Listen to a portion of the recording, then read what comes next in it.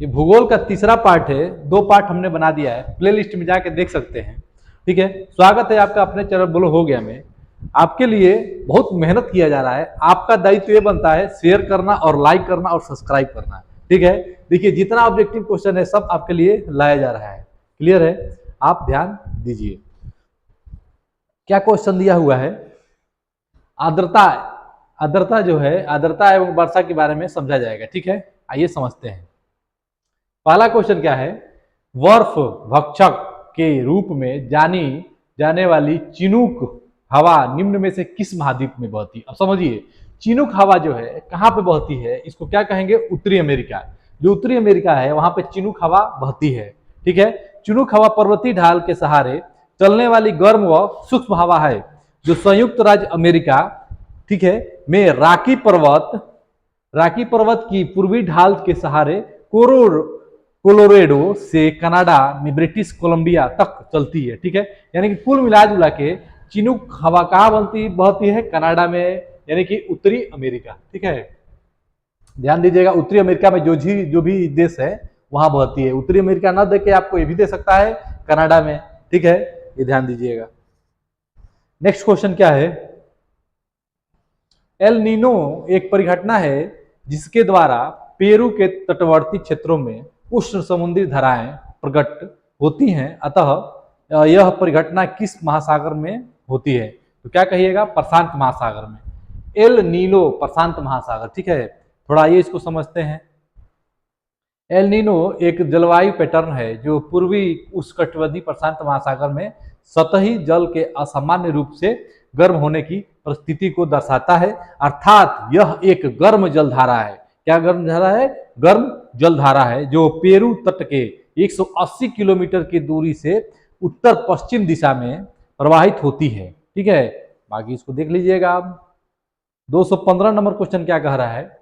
बादल के निम्न प्रकारों में से असंगत का चयन कीजिए। जो निम्न प्रकारों हैं उसका असंगत का चयन करना है। असंगत, ठीक है, यानी कि क्या है समझिए, पक्षाप कपासी, पक्षाप और पक्षाप स्तरी और कपासी। क्या होगा? कपासी आंसर हो जाएगा। ठीक है, समझिए क्या क्या है। विश्व मौसम विज्ञान संगठन यानी WMO सहित कई प्रमुख संस्थानों द्वारा बादल का वर्गीकरण निम्न रूप से किया जाता है। ठीक है, क्या किया जाता है? उच्च मेघ, मध्य मेघ, निम्न मेघ। ठीक है, उच्च मेघ, मध्य मेघ और निम्न मेघ। उच्च मेघ में क्या क्या होता है? पक्षाभ मेघ, पक्षाभ स्तरी मेघ, पक्षाभ कपासी मेघ। ठीक है, और निम्न मेघ में स्तरी कपासी मेघ, स्तरी मेघ, कपास वर्षा, स्तरी मेघ, कपासी मेघ और कपासी वर्षा मेघ। क्वेश्चन क्या पूछा था समझिएगा? क्वेश्चन पूछा था आपसे कि बादल में निम्न प्रकारों का असंगत, असंगत क्या है? कपासी जो है असंगत हो जाएगा। ठीक है, बाकी सब संगत है। नेक्स्ट क्वेश्चन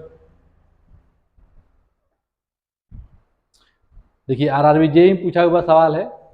आर्द्रता का मापन सामान्यतः सूक्ष्म तथा आर्द्र बल्ब तापमान मापन से किया जाता है। ठीक है, देखिए जो आर्द्रता है यानी कि जो कि ह्यूमिडिटी है का मापन सामान्यतः कैसे करते हैं?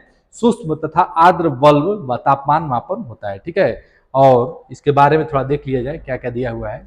वायुमंडल में विद्यमान आर्द्रस्य जलवाष्प की मात्रा आर्द्रता कहलाती है। ठीक है, नेक्स्ट नेक्स्ट क्या दिया हुआ है ध्यान दीजिए।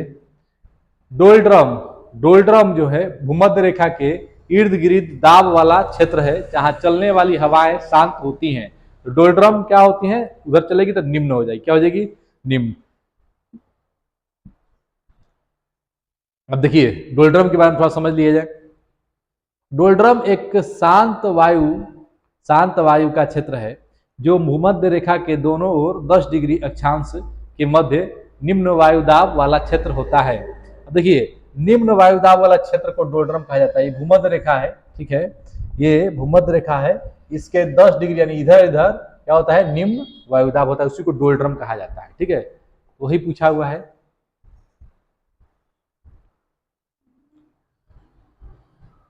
नेक्स्ट देखिए, बड़े भूभागों के केंद्र में मौजूद वह जलवायु है जिसे तापमान में एक बड़ी वार्षिक रेंज द्वारा प्ररूपित किया जाता है जिसमें अधिकांशतः गर्मियों में वर्षा होती है? तो क्या कहेंगे? महाद्वीपीय जलवायु। महाद्वीपीय जलवायु में अधिकांशतः गर्मियों में वर्षा होती है। भारतीय उपमहाद्वीप सामान्यतः इनमें से किस प्रकार की जलवायु के लिए प्रसिद्ध है? तो क्या कहिएगा? उष्णकटिबंधीय। उष्णकटिबंधीय मानसून के लिए क्या है? प्रसिद्ध है। Next slide.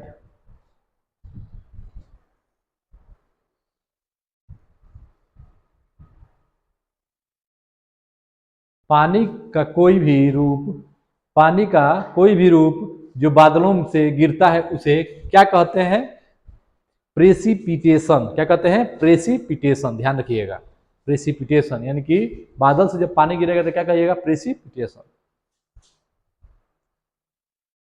उत्तर पश्चिम भारत में सर्दियों में वर्षा का कारक क्या होता है? तो क्या बताइएगा? पश्चिम विक्षोभ। जो पश्चिम विक्षोभ होता है यही सर्दियों में ठंडियों में बारिश होने का कारण होता है।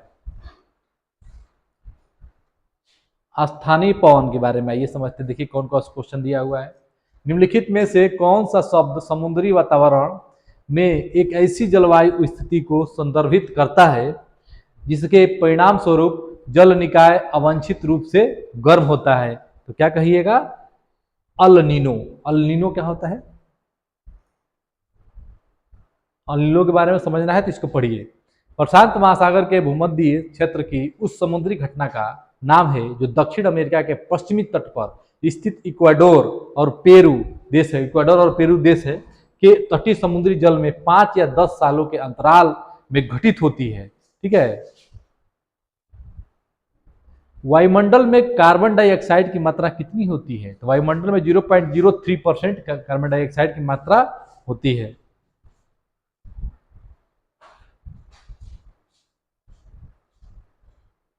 निम्न में से कौन सा प्रतीक गर्म और सूक्ष्म रेगिस्तानी क्षेत्र से ऊपर वायु संगहित का सही निरूपण करता है? तो क्या कहिएगा? सीटी। ठीक है, इसके बारे में थोड़ा समझ लिया जाए। गर्म और सूक्ष्म रेगिस्तानी क्षेत्र से ऊपर वायु संगहित का सही निरूपण प्रतीक सीटी करता है। सीटी। ठीक है।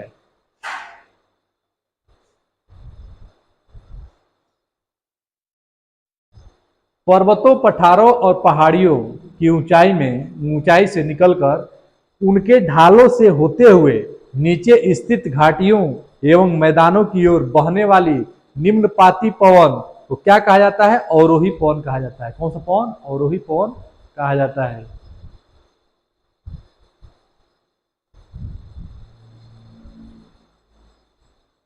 सही प्रकार है तो क्या कहिएगा? व्यापारिक पवन, पछुआ पवन और ध्रुवी ईस्टर्लीज क्या है? सही प्रकार है। ठीक है, इसको याद करें। व्यापारिक पवन, पछुआ पवन और ध्रुवी ईस्टर्लीज। निम्न में से कौन सी पृथ्वी से वायुमंडल की सबसे निचली परत है? देखिए, क्षोभ मंडल, समताप मंडल, ये सब याद रखिएगा। ठीक है, सबसे नीचे क्या है? क्षोभ मंडल है। 5 परत है, पांचों को ध्यान रखिएगा। ठीक है। ओजोन वायुमंडल की किस परत में सर्वाधिक सघन है? तो क्या कहेंगे? समताप मंडल। ओजोन कहां पे है? समताप मंडल में है।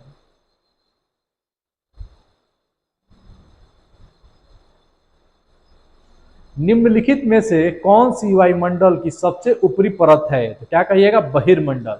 बाहर मंडल, बहिर्मंडल क्या है? सबसे ऊपरी परत है। वायुमंडल की समताप मंडल में ओजोन क्षय निम्नलिखित में से किसके लिए उत्तरदायी है? ओजोन क्षय क्या है?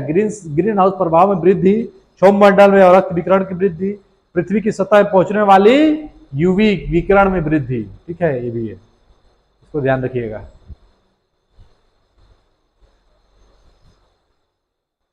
नेक्स्ट,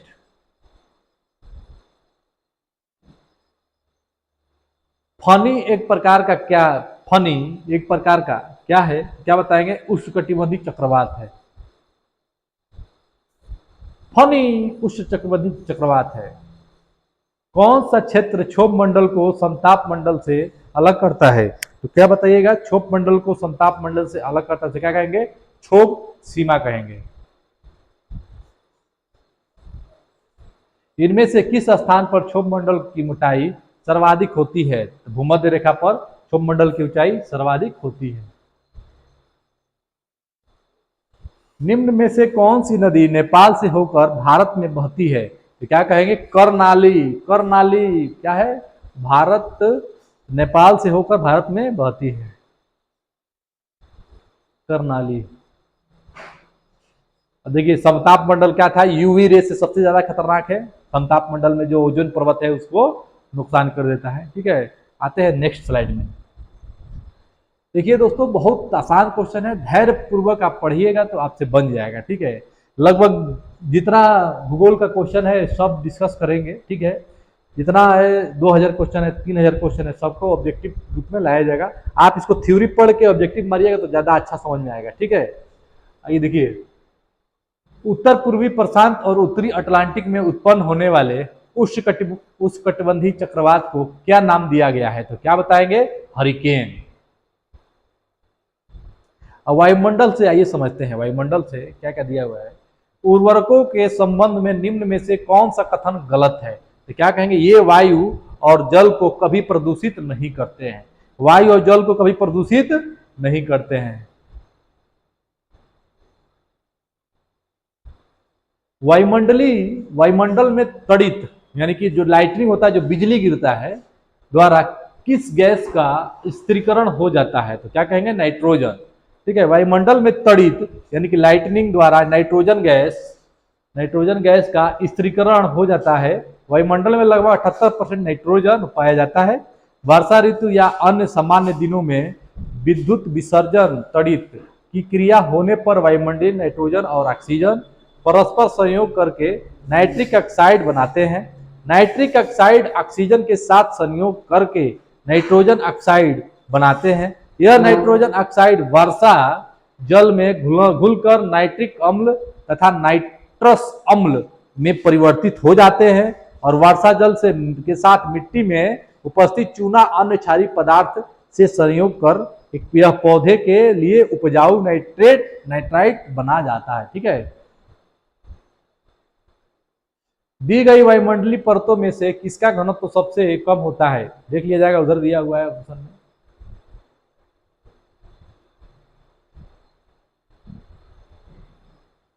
पृथ्वी की सतह से ऊपर वायुमंडलीय परतों का सही क्रम क्या है?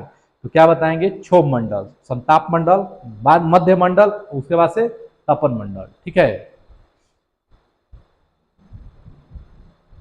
वायुमंडल में कार्बन डाइऑक्साइड की सांद्रता लगभग क्या होती है? क्या 0.03% होती है। ये सब फिक्स क्वेश्चन है सब। पृथ्वी को सूर्य की पराबैंगनी विकिरण से कौन सुरक्षित रखता है? तो क्या कहेंगे? ओजोन लेयर, जो कि समताप मंडल में पाया जाता है। ये पूछ देगा ओजोन लेयर कहाँ पाया जाता है, तो कहिएगा समताप मंडल में। वायुमंडल में मौजूद इनमें से कौन सी गैस का उपयोग दहन, श्वसन एवं नाइट्रोजन के ऑक्साइड के निर्माण नामक तीनों प्रक्रियाओं में किया जाता है? तो क्या कहेंगे? ऑक्सीजन। ऑक्सीजन न रहेगा तो जलेगा नहीं बच्चा। ठीक है, जो पिछला क्वेश्चन दिया था जो आधा अधूरा था, इधर देखिए क्या दिया उसके बारे में। पृथ्वी के वायुमंडल की परतों में से सबसे कम घनत्व क्या होता है? बहिर्मंडल में होता है। पृथ्वी के वायुमंडल की परतों में से सर्वाधिक घनत्व क्षोभ मंडल का होता है। जो क्षोभ मंडल है इसका सर्वाधिक घनत्व होता है और सबसे कम घनत्व किसका? मोस्ट इंपॉर्टेंट सवाल है। ठीक है, देखिए एनटीपीसी पूछा हुआ है, सबसे कम किधर? बहिर्मंडल का। अगर सबसे कम घनत्व पूछेगा तो बहिर्मंडल मरिएगा, और सबसे अधिक घनत्व पूछेगा तो क्या मरिएगा? क्षोभ मंडल मरिएगा। ठीक है,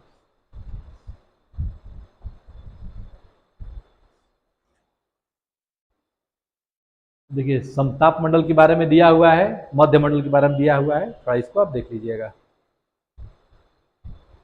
पृथ्वी की सतह की निकटतम वायुमंडल की परत कौन सी है? तो क्या कहेंगे? क्षोभ मंडल।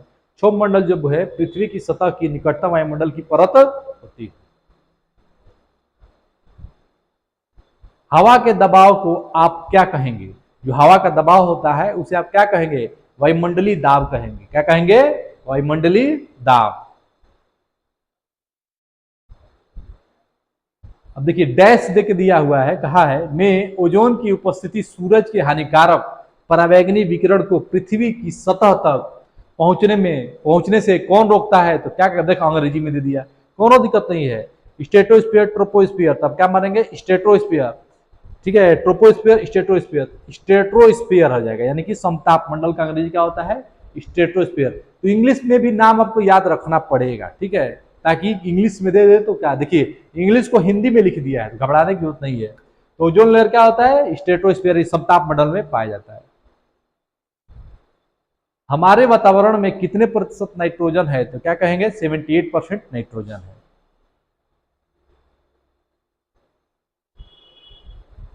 ऑक्सीजन, कार्बन डाइऑक्साइड पता है 0.03% है। बोर्नियो, जावा और सुमात्रा निम्नलिखित में से किस द्वीप समूह के द्वीप हैं, तो क्या कहेंगे इंडोनेशिया। बोर्नियो, जावा, सुमात्रा, बोर्नियो, जावा, सुमात्रा, बोर्नियो, जावा, सुमात्रा, इंडोनेशिया। निम्नलिखित में से वायुमंडल के किस परत से रेडियो का संचार संभव होता है, तो क्या कहेंगे आयन मंडल से।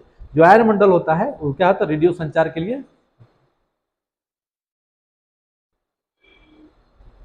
वायुमंडल के अध्ययन को क्या कहते हैं, क्या कहेंगे मेटियोरोलॉजी।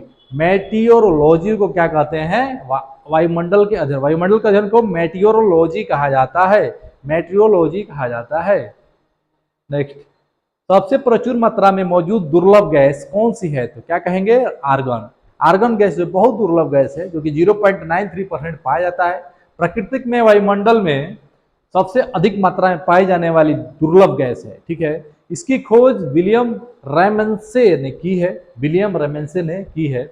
आर्गन का उपयोग विद्युत बल्ब में भरने में किया जाता है, क्योंकि इसकी उपस्थिति में विद्युत बल्ब का तंतु ज्यादा समय तक सुरक्षित रहता है, ज्यादा समय तक सुरक्षित रहता है। सबसे प्रचुर मात्रा में हो गया, आगे देखिए वायुमंडल में कार्बन डाइऑक्साइड की मात्रा कितनी है 0.03%, ध्यान देके मारिए गलती हो जाएगा। नाइट्रोजन की 78%, ऑक्सीजन का 21%, ये सब थोड़ा थोड़ा याद रखिएगा। शीत ऋतु में अंत उष्ण कटिबंधीय अभिसरण क्षेत्र, ठीक है, किस दिशा के होती है, तो क्या कहेंगे दक्षिण की ओर होती है। कहां पर होती है दक्षिण की ओर। शीत ऋतु में अंत उष्ण कटिबंधीय अभिसरण क्षेत्र, ठीक है। मनिटालिंग द्वीप कहां स्थित है, मनिटालिंग द्वीप है कनाडा में, मनिटालिंग द्वीप कहां पे है कनाडा में है। द्वीप समूह, ठीक है, टिएरा डेल फ्लूगो किस महाद्वीप में स्थित है, तो क्या बताएंगे दक्षिण अमेरिका में। कहां पे है दक्षिण अमेरिका में। 6 सर्वाधिक यानी 6 सर्वाधिक जनसंख्या वाले देश किस महाद्वीप में स्थित हैं, तो कहेंगे एशिया महाद्वीप में स्थित। जनसंख्या का बात आएगा एशिया, भारत चीन संभाल लेगा अकेले। देखिए चीन, भारत, इंडोनेशिया, पाकिस्तान, बांग्लादेश, जापान।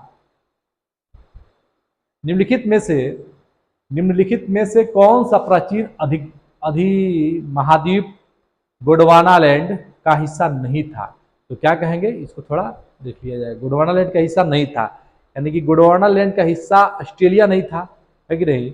दक्षिण अफ्रीका, फ्रांस, कौन नहीं था, आइए देखते हैं।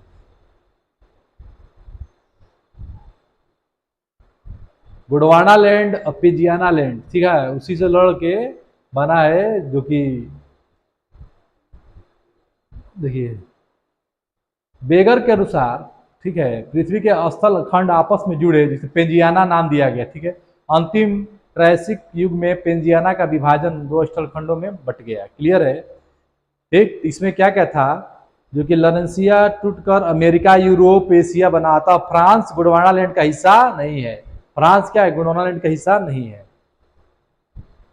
इनमें से कौन सा भूमध्य सागर में स्थित सबसे बड़ा द्वीप है, तो क्या कहेंगे सिसिली। सिसिली क्या है सबसे बड़ा द्वीप है, डायरेक्ट आता है सिसिली क्या है सबसे बड़ा द्वीप है भूमध्य सागर की। सबसे छोटा महाद्वीप कौन सा है, तो क्या कहेंगे ऑस्ट्रेलिया। ऑस्ट्रेलिया क्या है सबसे छोटा महाद्वीप है।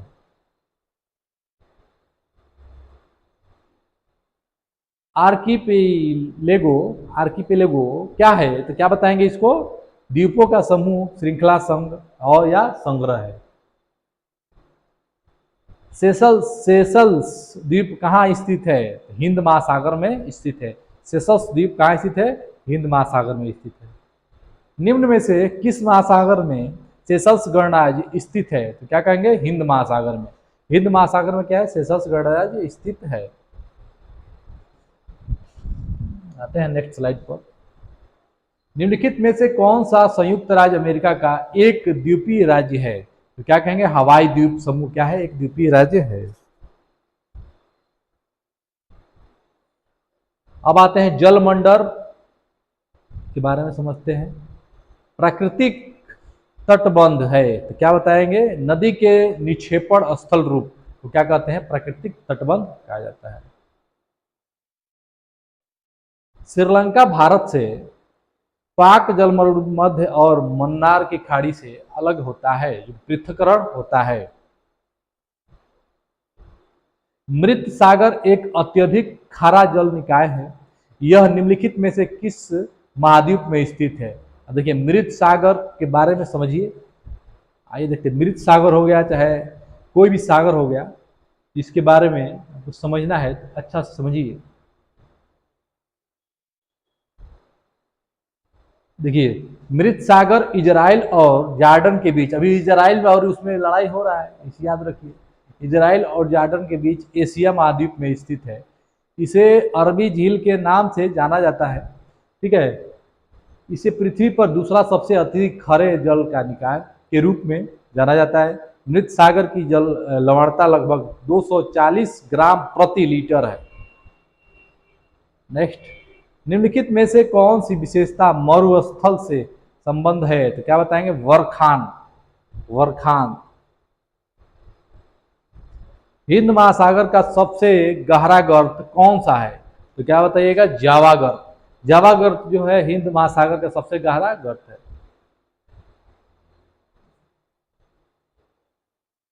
मरियाना खाड़ी में स्थित चैलेंजर गर्त को पृथ्वी पर ज्ञात सबसे गहरा बिंदु माना जाता है।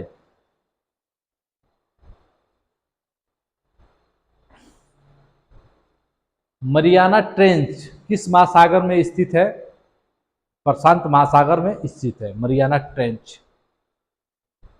सबसे गहरी समुद्री खाई, सबसे गहरी समुद्री खाइयां में पाई जाती हैं। सबसे गहरी समुद्री खाई कहाँ पाई जाती हैं? अगर आप देखेंगे तो प्रशांत महासागर में सबसे गहरी समुद्री खाइयां पाई जाती हैं। प्रशांत महासागर के पूर्वी और पश्चिमी छोरों पर खाइयों की एक श्रृंखला पाई जाती है। सबसे गहरी खाई मेरियाना ट्रेंच है, जो कि जिसकी गहराई है 11,034 किलोमीटर है, 11,034 मीटर। सुंडा गर्त हिंद महासागर के तथा ये सब है। ठीक है। निम्नलिखित में से कौन सा दुनिया का सबसे बड़ा ग्लेशियर है? तो क्या कहेंगे? Lambert Fisher glacier. Lambert Fisher glacier. महासागरों के सतही जल का औसत तापमान कितना होता है? तो कहेंगे 27 डिग्री सेंटीग्रेड।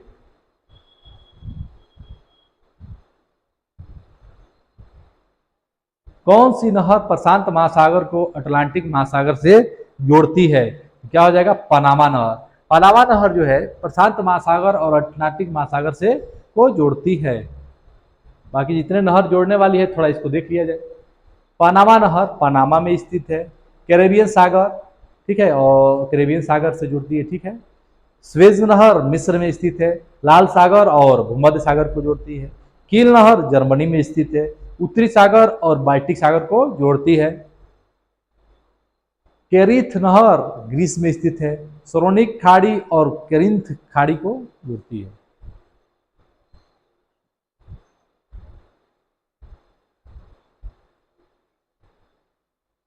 निम्न में से कौन सा फिशिंग ग्राउंड लेब्राडोर धारा और गल्फ स्ट्रीम के संगम पर स्थित है? क्या कहेंगे? न्यू फाउंडलैंड। न्यू फाउंडलैंड। नेक्स्ट, निम्न में से किस महासागर में क्यूरोसियो जलधारा है? प्रशांत महासागर में क्या है? क्यूरोसियो जलधारा है। नेक्स्ट, महासागर पृथ्वी की सतह के कितना प्रतिशत हिस्से को कवर करता है? तो क्या कहेंगे 71% महासागर समुद्र से घिरा हुआ है पृथ्वी। देखिए RRBJ पूछा हुआ है। अरब सागर भारत के पश्चिमी में स्थित है। अरब सागर कहाँ है? भारत के पश्चिमी में स्थित है। विश्व का सबसे बड़ा जलीय निकाय कौन सा है? तो क्या बताएंगे? कैस्पियन सागर। कैस्पियन सागर जो है विश्व का सबसे बड़ा जलीय निकाय है। अब न्यू फाउंडलैंड के निकट गल्फ स्ट्रीम जलधारा में मिल जाती है। गल्फ स्ट्रीम एक गर्म जलधारा है जो कि मैक्सिको की खाड़ी में बहते हुए न्यू फाउंडलैंड के दक्षिणी पूर्वी तट के स्पर्श करती हुई स्कैंडिनेविया तक पहुंचती है। ठीक है। अल नीनो, देखिए फिर आ गया। अल नीनो के संबंध में निम्न में से कौन सा कथन सही है? तो क्या बताएंगे? अल नीनो के संबंध में यह प्रशांत महासागर के सतही जल का असामान्य रूप से गर्म होना। यह प्रशांत महासागर के सतही जल का असामान्य रूप से गर्म होना। आइए थोड़ा समझ लिया जाए अल नीनो के बारे में। प्रशांत महासागर के भूमध्य क्षेत्र में समुद्र तापमान और वायुमंडल परिस्थितियों में आए बदलाव के लिए उत्तरदायी समुद्री घटना को अल नीनो कहा जाता है। इसके परिणाम स्वरूप समुद्र के सतह के जल का तापमान सामान्य से अधिक हो जाता है। यह दक्षिणी अमेरिका के पश्चिमी तट पर स्थित इक्वाडोर और पेरू देशों के तट पर होती हैं। अल नीनो का एक प्रभाव यह होता है कि इसमें वर्षा के प्रमुख क्षेत्र बदल जाते हैं। परिणाम स्वरूप विश्व के ज्यादा वर्षा वाले क्षेत्र कम वर्षा वाले क्षेत्र में ज्यादा वर्षा होने लगती है। ठीक है। अल नीनो शब्द किस भाषा से लिया गया है? तो क्या कहेंगे? स्पेनिश भाषा से अल नीनो शब्द लिया गया है। निम्नलिखित में से कौन सी गर्म पानी की धारा नहीं है? कहेंगे हम्बोल्ट धारा। हम्बोल्ट धारा जो है क्या है? अब ये थोड़ा सा धारा के बारे में समझ लिया जाए। जैसे कि महासागर का नाम और जलधारा का नाम गर्म है कि ठंडा है? आइए देखते हैं। सबसे पहले क्यूरोसियो जो धारा है वो क्या है? गर्म धारा है। अलास्का गर्म है। गल्फ ऑफ स्ट्रीम गर्म है। गल्फ ऑफ स्ट्रीम की खाड़ी निकलती है, कहाँ निकलती है? आइए देखते हैं। गल्फ ऑफ स्ट्रीम की खाड़ी कहाँ निकलती है? गल्फ ऑफ स्ट्रीम की खाड़ी कहाँ निकलती है? मैक्सिको में। कहाँ निकलती है? मैक्सिको में। गल्फ ऑफ स्ट्रीम मैक्सिको की खाड़ी से निकलती है। यह उत्तर पूर्व दिशा में यूरोप के तट पर प्रवाहित होती है। यह उत्तरी अटलांटिक महासागर में प्रवाहित होने वाली जलधारा है। विदित है कि जो जलधाराएं निम्न अक्षांशों से उच्च अक्षांशों की ओर प्रवाहित होती हैं उसे गर्म जल धारा कहते हैं। ठीक है। अल नीनो महासागर में तापमान असामान्य को दर्शाता है। क्या? प्रशांत महासागर में अल नीनो। ठीक है। अल नीनो प्रशांत, ध्यान रखिएगा। अब आता है जल मरुमध्य यानी स्टेट। भारत के तमिलनाडु राज्य और द्वीपीय राष्ट्र श्रीलंका के उत्तरी प्रशांत के जाफना जिले के बीच स्थित है। तो क्या कहेंगे? पाक जलमर्द। पाक से पाकिस्तान मत मार दीजिएगा, ध्यान दीजिएगा। श्रीलंका और इंडिया के बीच का है। दक्षिण पूर्वी भारत और उत्तरी श्रीलंका पाक। निम्नलिखित में से कौन सा पड़ोसी देश पाक जलमर्द स्थित? ठीक वही बात आ गया, श्रीलंका।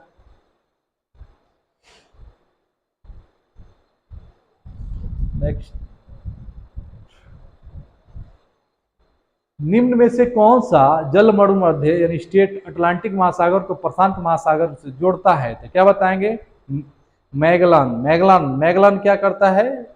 आपको बताता है कि ये जो है जल मरुमध्य अटलांटिक महासागर को प्रशांत महासागर से जोड़ता है। इंग्लिश चैनल और उत्तरी सागर को जोड़ने वाली प्रमुख जल मरुमध्य का नाम बताइए। तो क्या होगा? डोवर जल मरुमध्य क्या है? इंग्लिश और उत्तरी सागर को जोड़ता है। आइए कुछ जल मरुमध्य को समझ लिया जाए। डोवर, इंग्लिश चैनल, उत्तरी सागर। इंग्लिश चैनल, उत्तरी सागर। फ्लोरिडा, मैक्सिको की खाड़ी और अटलांटिक महासागर। नॉर्थ चैनल, आयरिश सागर और अटलांटिक महासागर। पाक, मन्नार की खाड़ी और बंगाल की खाड़ी। मन्नार की खाड़ी और बंगाल की खाड़ी। पाक जलमंडल किन दो स्थली को जोड़ता है? पाक वाला बार बार आएगा तो श्रीलंका भारत मारना है, ठीक है। आगे बढ़िए। आइए और कुछ दिया हुआ है। पाक का भारत श्रीलंका, मलक्का का मलय द्वीप और इंडोनेशिया सुमात्रा द्वीप, पनामा का उत्तरी अमेरिका और दक्षिणी अमेरिका, जिब्राल्टर का अफ्रीका और यूरोप। इसका बताइए निम्नलिखित में से कौन सा जलमंडल अंटार्कटिक महासागर को प्रशांत महासागर से जोड़ता है? कमेंट बॉक्स बताइए, ऊपर चलते तो बताते हैं। ये देखिए, मैक्सिको और स्पेन को विभाजित करने वाली जल मरुमध्य का नाम बताइए। क्या हो जाएगा? जिब्राल्टर। मैक्सिको और स्पेन को विभाजित करने वाला कौन है? Gibraltar. Mexico, Spain, Gibraltar. Mexico, Spain, Gibraltar. इनमें से कौन सा जल मरुमध्य रूप से रूस और संयुक्त राज्य अमेरिका के राज्य को बीच स्थित है? तो उसको कहेंगे बेरिंग। बेरिंग जल संधि क्या है? अमेरिका और रूस को अलग करता है। अब देखिए, हडसन जो है कनाडा में है, हडसन की खाड़ी और अटलांटिक महासागर। हडसन। जिब्राल्टर क्या है? भूमध्य सागर एवं अटलांटिक महासागर। सुंडा जावा सागर और हिंद महासागर। बेरिंग स्ट्रेट, बेरिंग स्ट्रेट क्या हो जाएगा? प्रशांत महासागर और अटलांटिक महासागर। बेरिंग जलमर्मध्य कहाँ पे है? तो क्या कहेंगे? रूस और अमेरिका, यानी कि अटलांटिक महासागर और प्रशांत महासागर।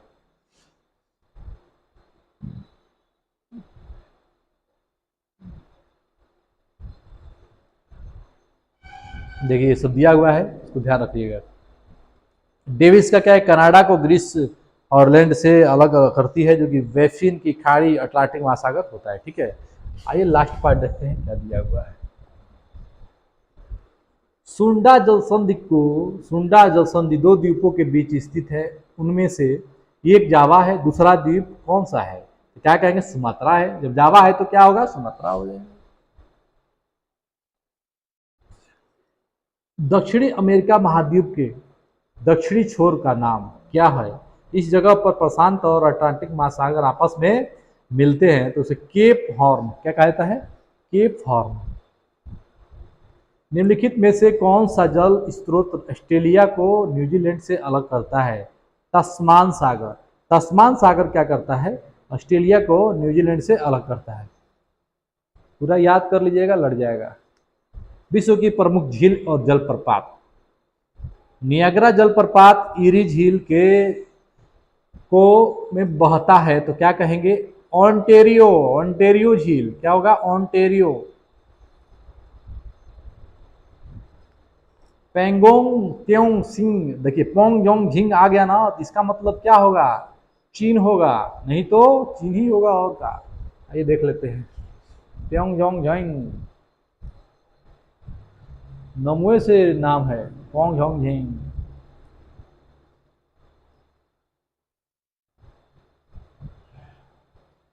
देखिए आ गया ना, प्योंग त्योंग झील भारत और चीन। देखिए प्योंग च्योंग झील, चीन। नेक्स्ट, इनमें से कौन सा प्रसिद्ध लैंडमार्क ओंटारियो झील और इरी झील